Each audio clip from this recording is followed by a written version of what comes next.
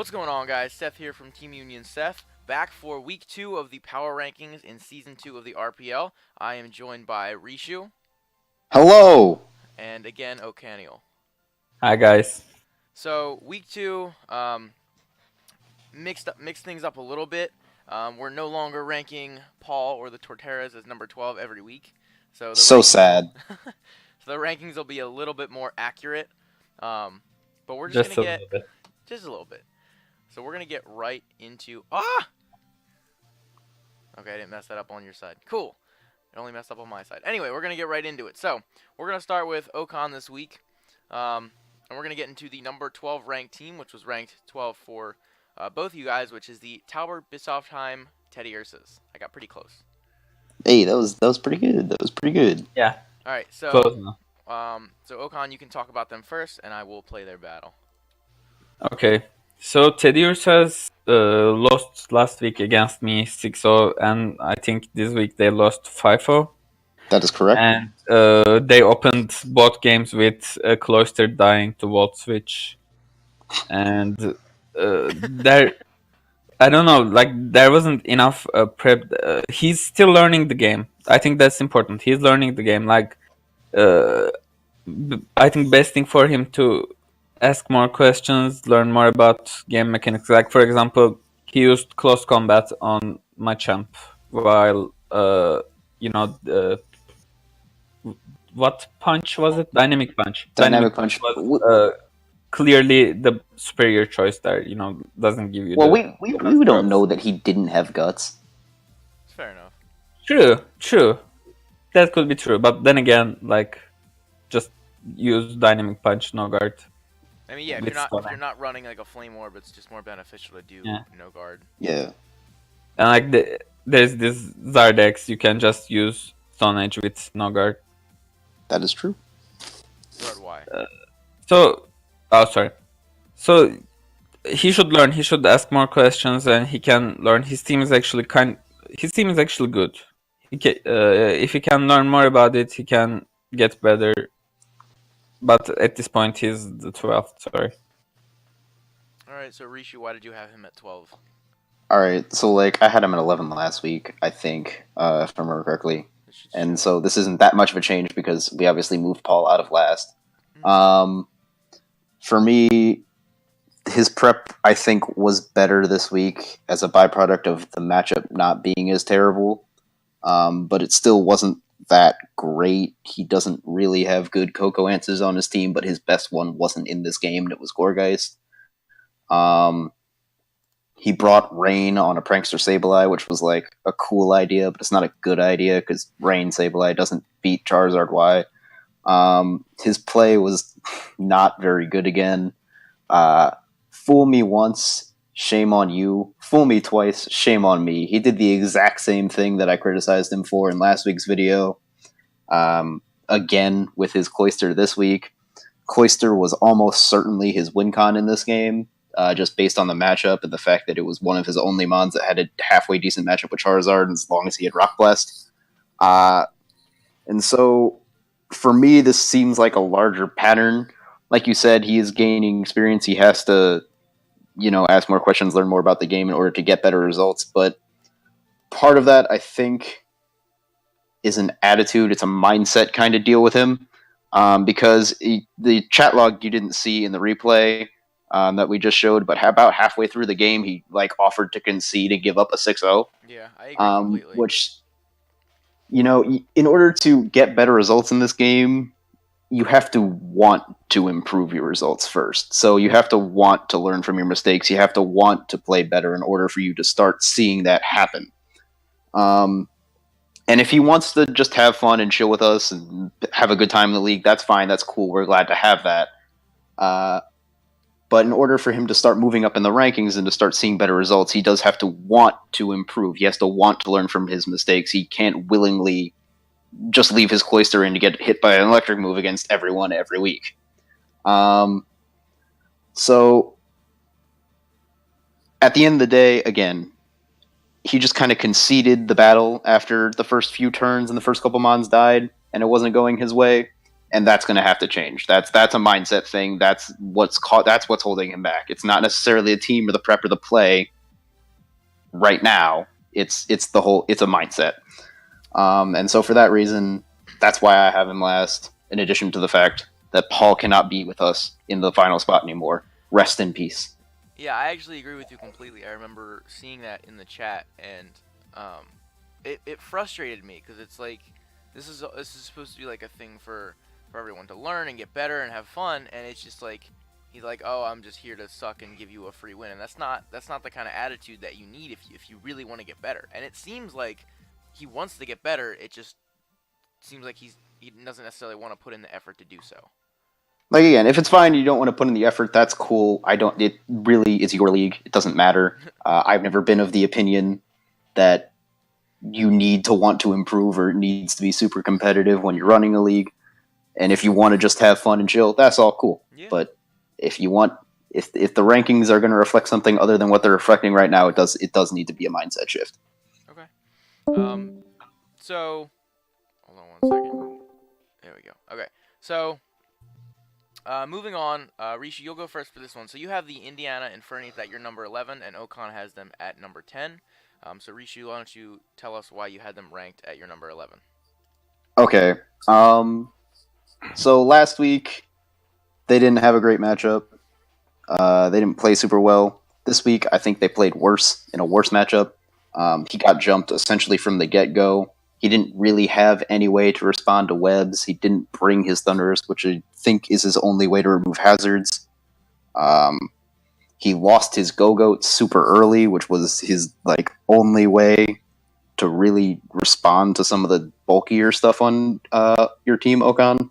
Yeah. He also lost Metagross really early. Again, one of the only other ways he had to deal with Blissey and Mew.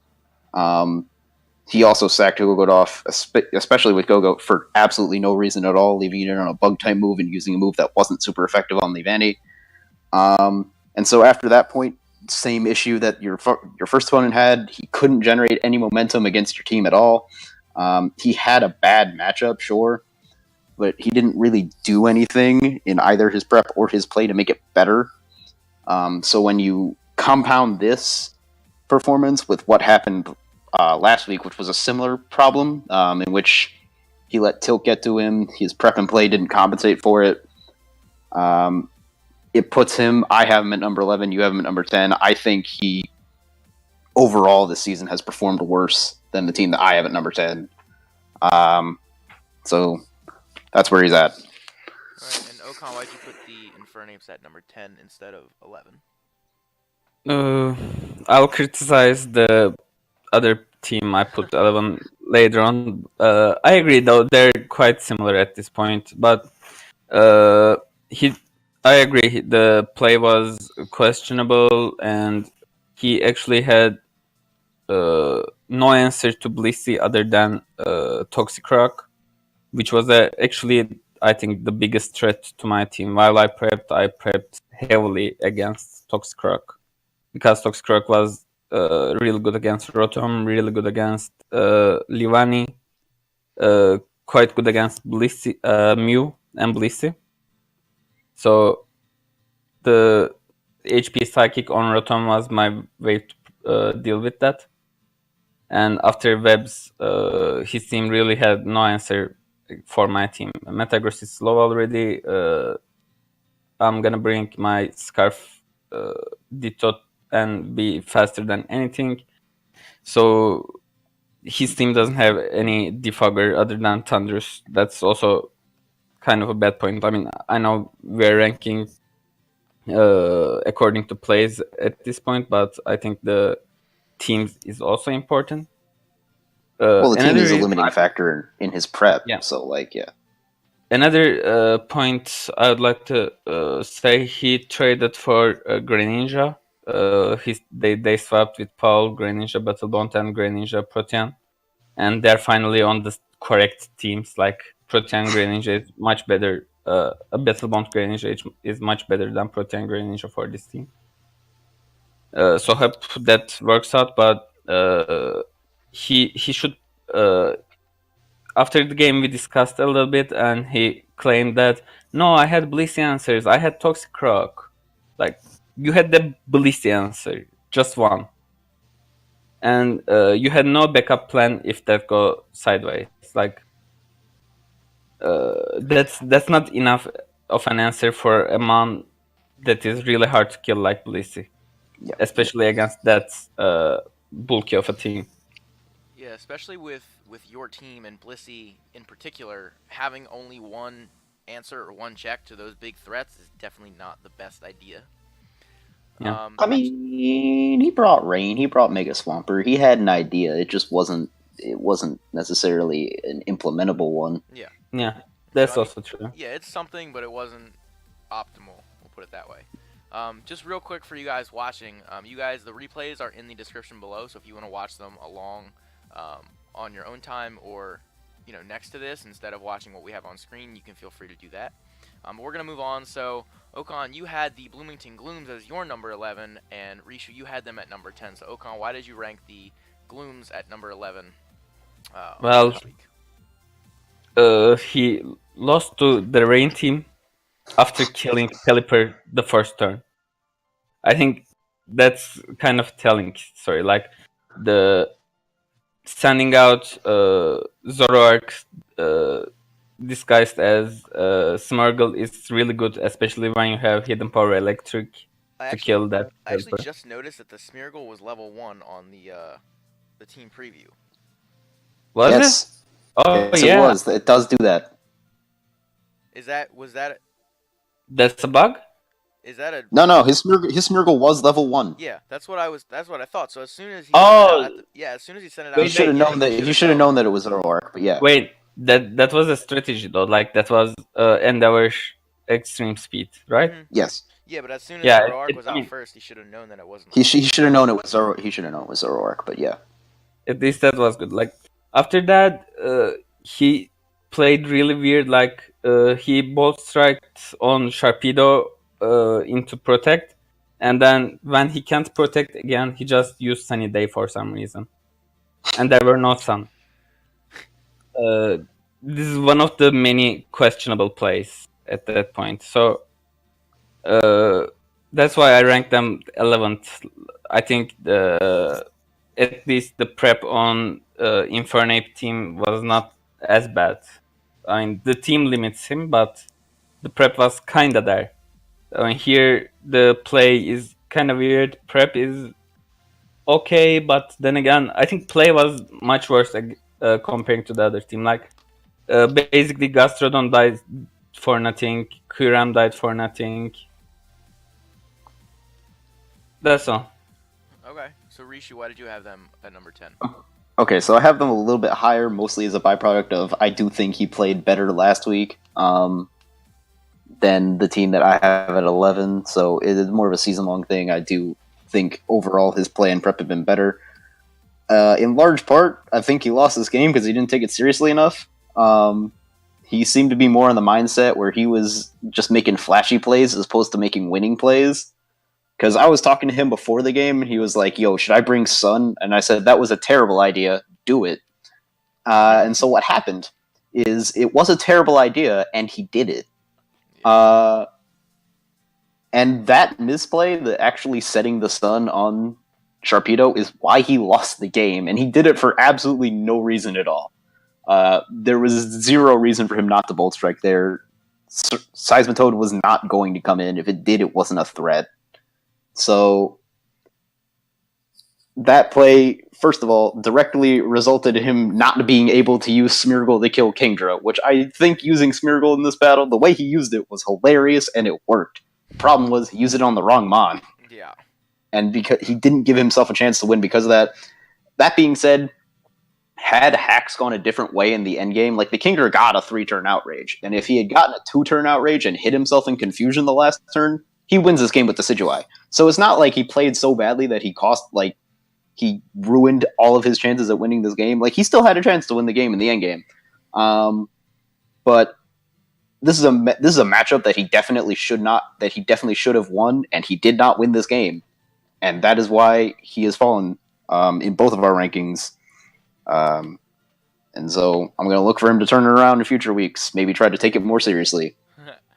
All right, so moving on to our next slide. So you both had the Emerald City Espeons at number 9, moving down 3 spots from number 6 on both sides. So, Rishu, why don't you talk a little bit about the Emerald City Espeons and such a drastic change this week? So I had kind of an issue. It was difficult for me to rank between them and the team I have at number 8. I ultimately decided to put them lower, based mostly on the prep. What happened in this game is kind of what happened in last game. He let one turn affect the entire battle, but he prepped worse this week, and so it was really, really, really hard for him to come back. So you already saw the turn that I'm talking about. Turn 2, his win con in this entire game died. On something that he kind of predicted but didn't actually predict. But that was something that he really couldn't allow happen, have his Kirim White go down that way that early. And then past that, the fact that he really wildly underprepped for Vaporeon is what cost him this game. This battle is 30 turns long. Vaporeon spends 19 of them on the field. And he is not able to get rid of it, and Vaporeon gets 0 kills in this game. So he did not do enough for Vaporeon. He had a bad matchup against Blaziken that he didn't really do a ton about. Bringing webs was smart. Bringing the Kirim White set that he did reveal after the game was a sub-toxic set. It was a smart set. But I don't know that it wins him the game. The way he played it obviously couldn't win him the game. And so after Kirim White went down, there just wasn't a lot he could do. He got 5-0'd because I left Stack Attack in. I suppose if I really wanted to, I probably could have 6-0'd him. But at that point, there was not anything, because of the way he prepped, that he could do about this game, given the way he played the first 2 turns. And so that's why I ended up putting him below the team that I have at 8, because that team prepped in such a way where, yes, they made misplays, and yes, their prep wasn't like optimal, but they put themselves in a position where they could win this game despite that. That was not the case with this team. Leave it to you to come up with a statistic like that. I counted before the battle, before this video, because I had a feeling that it was something like that. Yeah, that doesn't surprise me whatsoever. So, Okan, why don't you give your opinions, because you had the Espeons at number 9 as well. Yeah, like there isn't much to say about this game. You weren't in danger of losing at any point. Vaporeon just basically sit there, did nothing, and won. All right. Like the only answer was Galvantula, which didn't even 2-hit KO. Galvantula didn't KO. He got a weird min-max thing, but like, yeah. Does it timid with like less than max special attack? He only 2-hit KO me if he had Life Orb or some choice specs. Modest wouldn't have helped him. So I don't know what his set was, but I just know that because it wasn't Life Orb, it couldn't beat Vaporeon. I mean, yeah, there isn't much to say about it. Vape just there and used Scald, used whatever, and just won. I mean, even though it got no kill whatsoever, Vape won that game. He got his 1 kill stolen from him because Jirachi killed itself. All right. So again, you both agreed on the number 8 as well, at the Hartford Herdiers. So they actually moved up a slot from last week for you, Rishu, and Okan. You had them moving down 1 slot from last week. So Okan, why do you have them at number 8? I mean, actually, it's not fair to him to move him backwards, because I do believe he did lost the Hex in this game. I'm not gonna say without the Hexes he would win, but he could have. Then again, the losing plays was, for example, turn 1 for getting the Prankster nerf. He just Will-O-Wisped Crocodile with Bennett. Then he tried to Thunder Wave again, Crocodile again with Togekiss. I think he expected a switch there, but still, the clear switch was Rotom anyway, so Thunder Wave wouldn't work there. So I think he made some questionable plays in the first 4 or 5 turns. But then he started to play better, especially with Celebi and Charizard. And the Charizard set was actually really good and could have won him the game if he didn't miss the Fire Blast on Clefable, which was a roll to kill, but a really high roll to kill. At that point, he would have just she would have just have limited mons. None would like to switch into Zard, and Celebi and Togekiss. I think even Skuntank was still alive. They could have do more, but he had really bad RNG. Like Celebi got frozen with freeze dry. Charizard missed attacks. Togekiss missed Thunder Wave on Metagross. Like so many bad things happened for him. So I think that's why he lost. So I'm not. I can't put him lower than the other teams, but also I can't put him higher than the other teams. So 8 is the only spot I could have put him. That's fair enough. So Rishu is in the bathroom at the moment, so we'll just kind of finish watching, and I'll give my thoughts a little bit. So, I mean, yeah, I think the first couple plays, I think you hit the nail on the head. The first couple of turns just really set him back. That, I feel like that Will-O-Wisp on Bennett could have been more detrimental than it was. I think he got pretty lucky that, that he didn't pay that much for that initial hit. And then at the end, he just didn't have enough answers for Metagross. Not that anyone can have a ton of answers for Metagross, but I mean, if you guys are watching on screen, there's just a lot happening that can't happen if you want to be able to take out a Mega Metagross. I mean, he just let his team get dwindled down, and just. I mean, considering what he had, like Celebi is a good Metagross answer. Mm-hmm. That was physically defensive Celebi, which took like 2 ice punches. Yeah. And it was good enough. Like Charizard is also a good Metagross answer, but I mean, the arrange he shit happens. Yeah, I mean, in my opinion, he just didn't play enough to get rid of the Metagross. If that makes sense. I don't know if I'm expressing this well enough, but it's like by the end of the game, he just didn't have enough resources to take out the Metagross and the rest of the team. Which I think is what makes Mega Metagross such a good mon in the format, is because like it's so good on its own, but then if you back it up with a team of 5, it makes it infinitely more difficult to take down, because you have to. It might take you 2 or 3 mons to take out the Mega Metagross itself, but then it still takes. You still have a whole rest of a team to be able to have to take out. So it just makes prepping that much harder, and I think he just needed to really be on his game in order to prep well and win the match, which I don't think he did. Okay, so I had to go take care of something real quick, but I'm back and I'm ready to give my you were in the input. bathroom.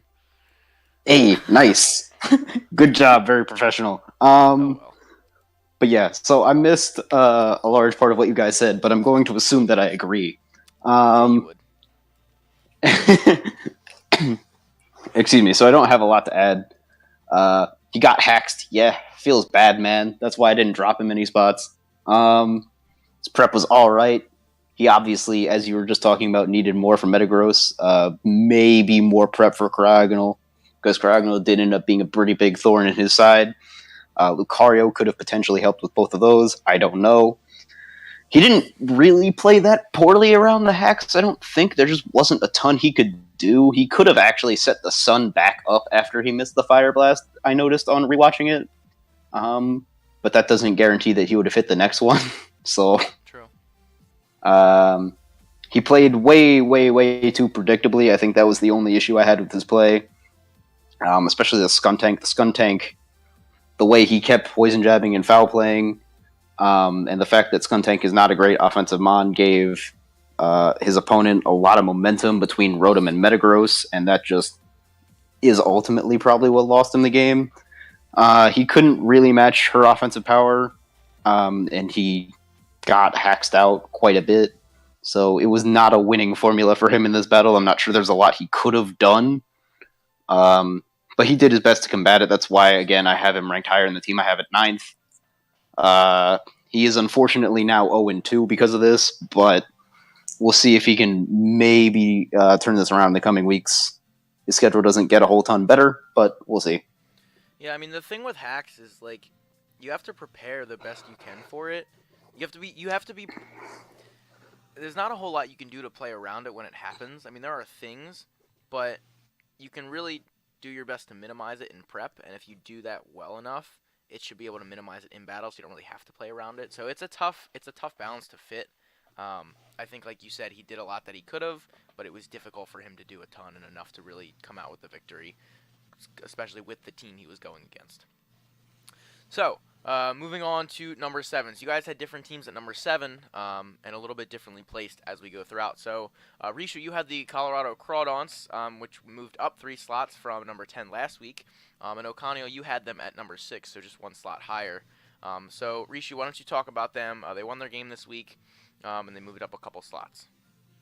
They did win this game. This was maybe the most surprising outcome of the week for me. You said that we have them a little bit differently placed, these teams in this range, but like teams 5, 6, and 7 for me were kind of close together. So, he won again despite a very bad matchup because almost all of his matchups are terrible. He very quickly, it seems, identified his win con, and so despite the fact that his Pelipper died turn 1 again to an electric move from a non-electric type, he was still able to win this game basically just by getting rid of Gastro and allowing his opponent to like outplay himself.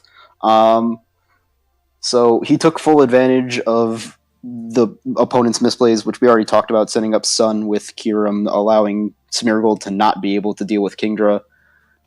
He didn't let the level 1 Kingdra, or not level 1, the level 1 Smeargle and Zoroark shenanigans throw him off, and he set up his win. So this game was still, again, close as a byproduct of the matchup. Had hacks gone differently, he still very well could have lost this game.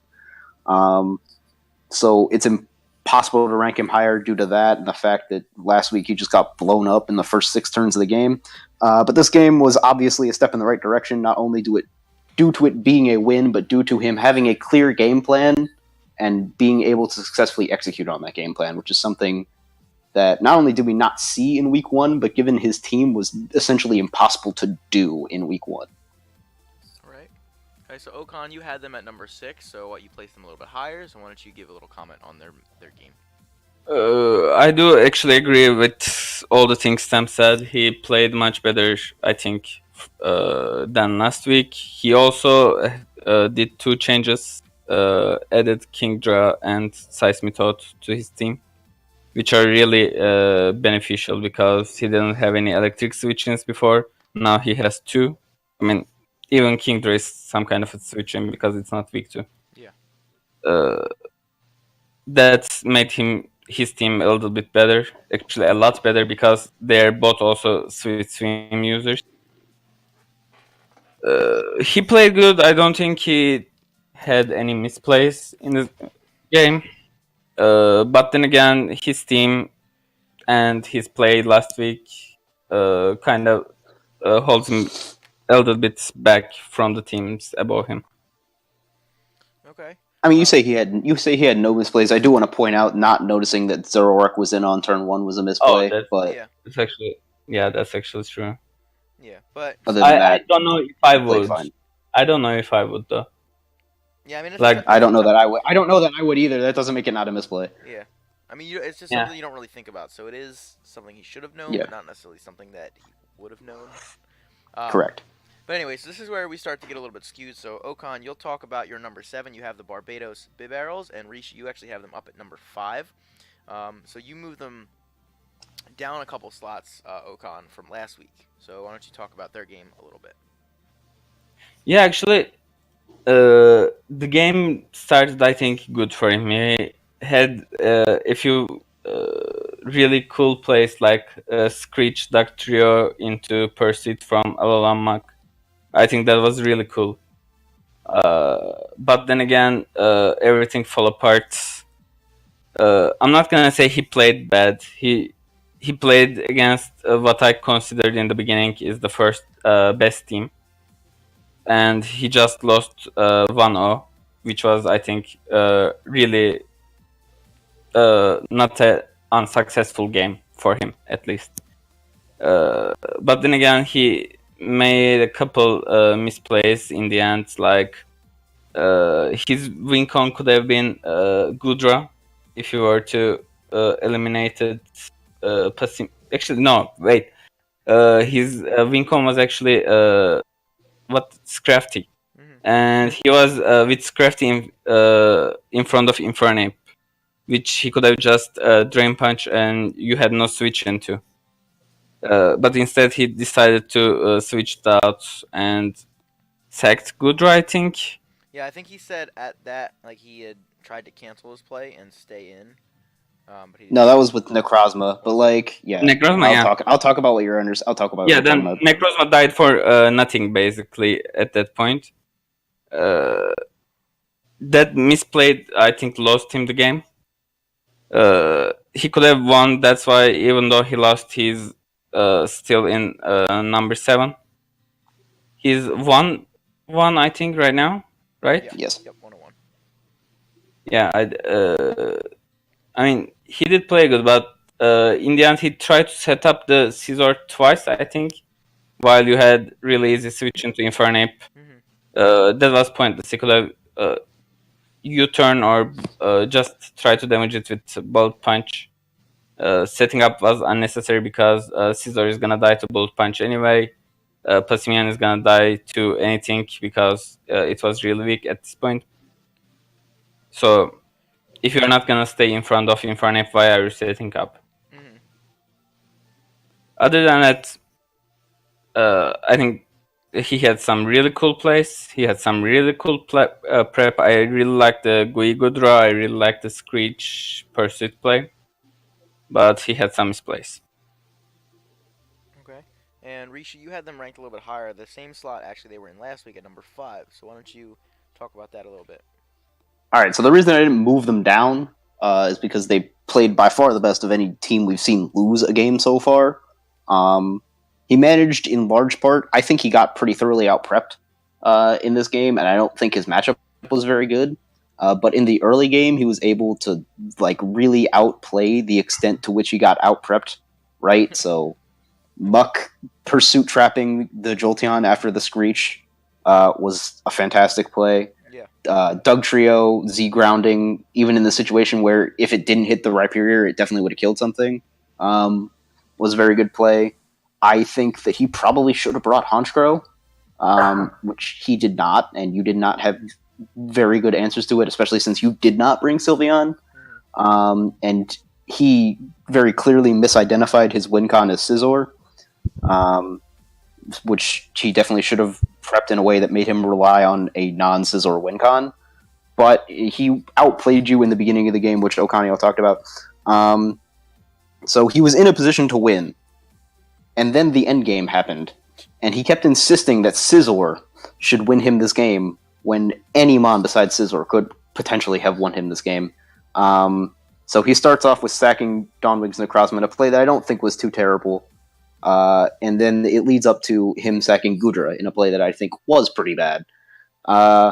So at that point then, also, he could have still won this game with Scrafty, which is something that he could not have known because he didn't know at that point that your Infernape didn't have a fighting move.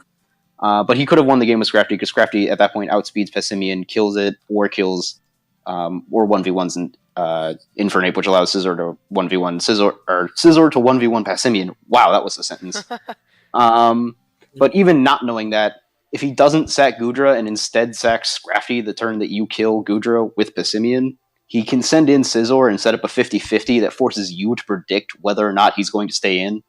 And so there's just the way that he played this game in the end is the only way that guaranteed that he would lose. And that's what happened. So See, when I thought about this game afterwards, once we got to the point where it was Scrafty versus, I think it was Scrafty and Passimian out. Or it was like he could have switched into Scrafty or something like that. you had just killed Gudra. He had Scizor and Yeah. Scrafty. So if his Scrafty, so my Passimian was at -1. If he was faster with Scrafty than a -1 Passimian, then if he switched in If he switched in Scrafty, he would have won the game. If he was Yes. slower, I think at that point there's nothing he could have done. So I think once the Goodra was gone, I think is when it really went against him. well, first of all, he could not have known that because he did not know the Infernape didn't have a fighting move. So what he had to do to win the game, in his mind, has to happen before that, and he can't sack off Goodra. So, like I said, he has to set up that 50-50 scenario. But what happened was, again, the way he played this game was the only way that guaranteed that he lost it, and that's what happened. This was still an encouraging game against the team that I had ranked number 1 last week, and Okan had ranked the number 1 the week before, but he couldn't pull out the win. So I didn't drop him. I didn't, obviously, elevate him any spots. So this is where he is. I will look to see if this changes in the future, but I am encouraged by what I've seen from this team so far. Yeah, Right. true. Awesome. Yeah, I mean, like I said, he played, like you guys said, he played very well, definitely above, I think, anyone's expectations up to this week. So I'm excited to see what he'll do in the following weeks. But With moving a on- fully random team, he gets his shout out this week. well, That not was fully. the Didn't he make some transactions, or was that 4? his transactions take effect next week, so That's true. his Alright. team is, as up to now, fully RNG. You're welcome, Chafee. So moving on. So it gets a little weird as we go to here. So what we're gonna do is we're gonna go. So Rishu, you will talk first about your number 6, the Twin Leaf Town Torteras, and then Okan, you will talk about the same team, which you have ranked at number 3, which is much higher. So this is where the rankings get skewed a little bit. So Rishu, why don't you talk a little bit about the Twin Leaf Town Torteras and the no longer number ranked 12 Paul. Okay, so at number Big 6, sigh to start. we have the Twin Leaf Town Torteras. Again, as you said, coached by Paul, aka Bad Mod, aka some random fellow, aka the guy who benefited from essentially not having to do a whole lot either of the first 2 weeks. He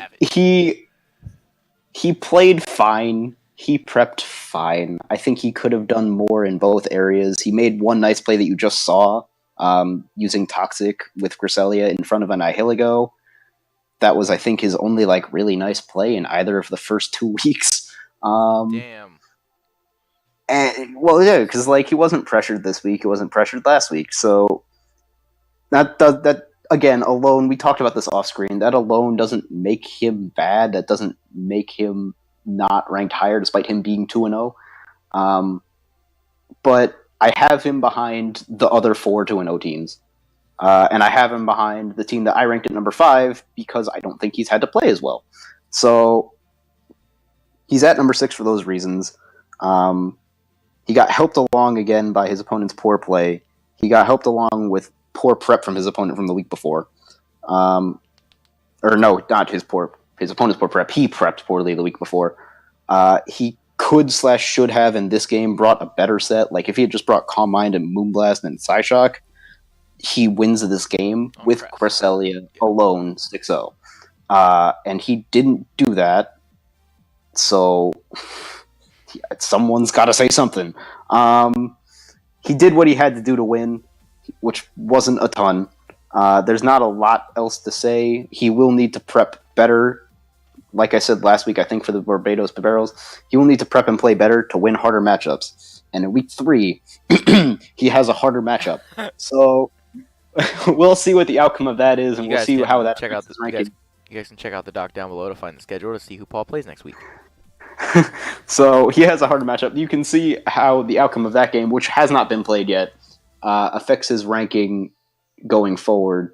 But I think we'll see what he's made of and where his ranking should be this week. I don't think the first 2 weeks are a great indication, which is why I have him smack dab in the middle. All right. So Okan, you had them way higher at number 3. I think maybe because you just wanted to see that +9 in his rankings. But you can talk about why you have him ranked quite a bit higher. Yeah, I agree that his opponents week 1 and 2 were kind of good for him, and his week 3 and 4 opponents just opposite is going to be much harder. But then again, when Sam says I don't see any good plays, I can say I don't see any misplays. I mean, he played he played quite okay. He didn't make any mistakes. Even though his team is better, kind of better. We ranked him last when we ranked I teams as ranked well. him lower. I didn't think his team was Yeah. better than this team. So he's obviously playing with a bad team, but he's winning. So that makes him good, right? I mean, he got the right Greninja as well now. That's true. So his team's actually kind of better as well. He's playing good. Like I said, he didn't show me anything bad so far.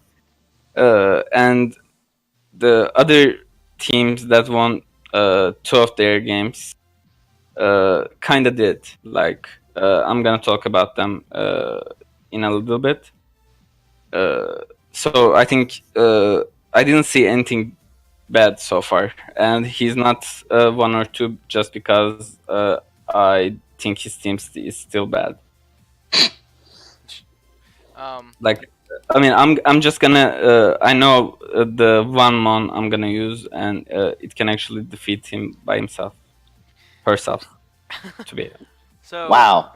yeah. I mean, it's kind of hard to rank him properly just because of the amount of the record and the play of the teams he's fought.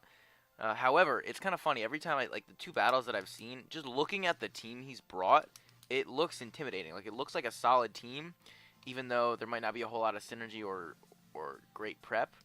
Well, then you realize that he has 5 other mons, and all of them are useless. Yeah. So, you know. So anyway, we'll move on. So Okan, you ranked the Durham Granville's at number 5, so they moved down a slot for you. And Rishu, you had them at number 4, again, moved down a slot for you as well. So Okan, why don't you talk about them and why they got moved down a little bit, even though they won this week? I'm not gonna say she played bad. I'm not even gonna say she prepped bad, but we talked about this game. She won, and Hex was a really big part of it. I can't name the standings after if there was no Hex. Like everything hit. I mean, even just some of them hit in the beginning. Like if Celebi didn't got frozen, if Charizard hit that Fire Blast in the first turn, she could have easily lost this game. So that's why I mean my top 4 are teams that are all 4-0, 2-0. So out of them, I think the Hex was really important in both of her wins. So I mean, you could have just believed that Hex gods are with her, so you could have ranked him even more powerful in power rankings, even higher. Or you can just believe that it's gonna turn at some point and just rank him lower, which is something I did. But I'm just gonna pray when I play with her. Fair enough. Yeah. So Rishu, what did you think about her? You also moved her down, but still have her ranked a little bit higher. Yeah, I moved her down the same one spot you did. There's not a lot to talk about because you did pretty thoroughly go into the hacks when you talked about her opponent. She got super lucky again. She did win in large part. The differential I will definitely attribute to the hacks. I'm not going to say that she would have lost without it, because I do think she made some nice plays in this game, switching around the Skuntank very effectively. She also made, I think, some misplays early in the game. There was absolutely no reason that Crocodile had to eat that Dazzling Gleam from Togekiss. That play just didn't make a lot of sense to me. So her prep was fine. When you have Metagross, it makes prepping easier just because Metagross can handle, again, we've seen it already, 2 or 3 Mons every single week. Metagross got this, right? And then you just have 5 other Mons to deal with the rest of the team. I think I would have preferred to see Ice Beam over Freeze Dry. I don't remember what her opponent's water type is. I think it's a Araquanid, so I don't think that Freeze Dry even would have helped that much because Araquanid's fairly bulky. So I understand why Freeze Dry was brought. I still don't agree with it. She probably could have played this endgame differently to guarantee that Metagross won the game and not need the Thunder Wave to miss. Like, for instance, she just stayed in with Clefable until it died. She could have just brought Metagross in for free, and that would have forced her opponent to switch around until Metagross killed everything, which would have made it a 3-0 instead of a 4-0. Hax gave her the 4-0. That's cool. It's not necessarily an egregious problem. But again, I think the takeaway here is she's gotten a lot of hacks. I will be crossing all of my digits when I play her. But she's prepped and played fine so far. So, and she's got 2 wins. So here she is, number 4. Okay. Yeah. So I mean, it's hard to again with the whole hacks thing. It's hard to rank her where she's at. I mean, you guys both had her pretty high in the post-draft power rankings just because of the team, and her play has definitely not been bad. It's kind of unfortunate how the matches have gone down, making it difficult to rank. So what we'll do is we're gonna move on. Rishu, you'll talk first. We're gonna go into the number 4 slot. So you had obviously the Grambles, but we're gonna go and move into Ocon's number 4, the Philadelphia Fearos, and I'll give you guys an opportunity to talk about that. Let me just pull up and get this going right. So Risha, you had the Fearos up at number 2. So I'll let you talk about them first, and Ocon, you'll talk about why you had them at number 4. So go ahead, Rishu. All right, so I dropped you from number 1. Sorry. I don't think you played as well as you did last week. I was very thoroughly impressed with the way you played in week 1. I thought it was a clear notch ahead of where everyone else was at. That notch disappeared this week. So you made kind of odd, but not necessarily terrible prep choices. I disagree with bringing Jolteon. The Jolteon set was cool. I don't think it should have been there. I think Sylveon should have been there instead. I think if you had brought your Scizor, it could have put in some work potentially. Maybe HP Fire, maybe it's got knockoff, maybe it's Scarf, something. You worked around, like we talked about. You got outplayed early, and you sealed out another Infernape win, because dang, if Infernape's not the best mon on your team. I will talk about the one play that you made, that you mentioned in your video, where you sent in Infernape at some point about, I don't even remember what was going on, but you acted like you had close combat when you didn't. I think to scare out Scrafty, which directly led to Necrozma dying, if I remember correctly. Yeah, and that I thought was a fantastic play. And then as we get to the end game, you took advantage of your opponent's sloppy end game play. You grabbed a win from what was essentially a guaranteed loss. And that's what good teams do. So I dropped you 1 spot because your play, I think, was worse. I think your prep was worse. But you showed us how good teams become good teams and how they differentiate themselves from the borderline playoff teams and the teams that aren't as good. And that's by playing around early mistakes, making it so that your mistakes aren't mistakes, and grabbing wins where maybe you shouldn't have had them. Okay. So I expect you to be tested this weekend and future weeks. I think you're playing the Durham Granbuls this week. Yep. But as it is right now, number 2, based on your prep and play so far, that's where we got you. All right. So Ocon, you have me down at number 4, which is still dropping us 1 slot from last week as well. Yeah, I agree. I think your prep was bad this week. I actually have no criticism about how you played, other than staying. I mean, actually, against Mach, you should have stayed with Rhyperior, but losing the weakness He policy could have on switched out. Rhyperior.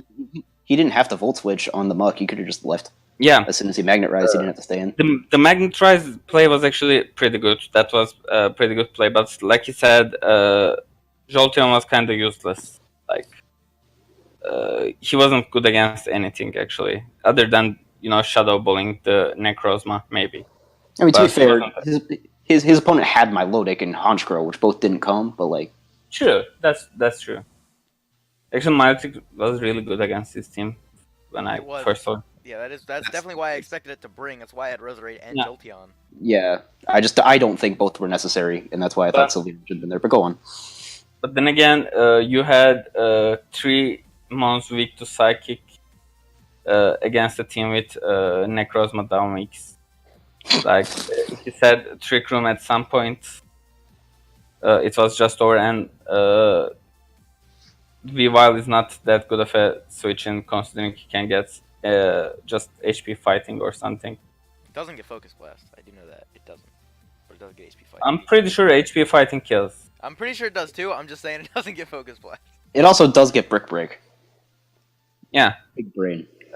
So like a Trick Room Necrozma could have easily won against that team, to be honest.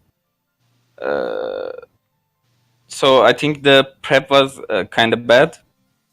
The play was okay. I can't criticize your playing, especially you just really took care of the end game. But other than that, yeah, I think the prep kept you behind this week. Okay. So we're gonna move up to Risha, you're number 3, and Okan, you're number 2, with the Orlando Apolytoads. So Okan, you can talk about moving them down a slot from number 1 last week to number 2 this week. Yeah, because he wasn't as good as me. That's why I mean, Roasted. I'm feeling like a jerk that ranking myself at 1 while he just ranks himself at number 3, while he clearly deserves to be in at least top 2. But then, I mean, he did.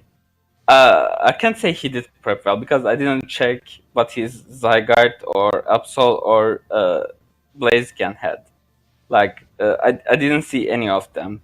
I mean, it was just Vaporeon just destroying the opposing team. I can't even say he played really well because he just stayed in with Vaporeon and destroyed the enemy team. Like, the opponent couldn't do anything. But then again, his team was. I already discussed how strong his team is, how strong his defensive ones are. He didn't made any misplays. He knew his Wincon played good. Like I said, didn't make any mistakes other than losing Stakataka, which was a mistake of losing 1 differential, not much more than that. So no criticism. Okay. And Risha, why did you rank yourself at number 3, which actually moved up a slot from last week's number 4? Okay, so I don't know where to begin. I guess I'll begin with I appreciate that was the most disjointed backhanded compliment I've ever received. Thank you. That's where that's what I was going for. You're playing well, but you're too dang modest. Makes me feel bad. But okay, so I will say I rank myself below Seth because I think Seth played us just so much better than everyone else did in week 1 that I didn't think it was fair to move me above him based on the first 2 weeks. Much like last week, I really struggled with where to put myself relative to the Grand Bulls just because of all the hacks that has happened in their games. Even though my differential at this point is now a good bit better than theirs. Plus, you have 4 more than they do. Yeah. So with 2 games, that's a decent amount, especially considering we're both 2-0. There's not a lot to talk about in this game that we haven't already talked about. I maintained offensive pressure in this game by clicking 1 move because he didn't bring a water resist. He didn't bring AV Tornadoes. He didn't. Oh, my bad. He let it die turn 2. Excuse me. He didn't bring AV Tornadoes. He didn't bring a defensive Jirachi. He didn't bring any of the things that could have potentially won a 1v1 and forced Vaporeon out. So my job was pretty easy. I got rid of the only real threat to my team he had early. Shookaberry Stakataka ended up being, I guess, the MVP of this game because it's just how it ended up happening. I don't have any specific criticisms, unlike last week with how I prepped. I had a fairly good matchup just because fighting ground rock coverage really, really does work to his team. And so between Absol, Zygarde, and Stakataka, it was very difficult for his team to defensively navigate around my offense.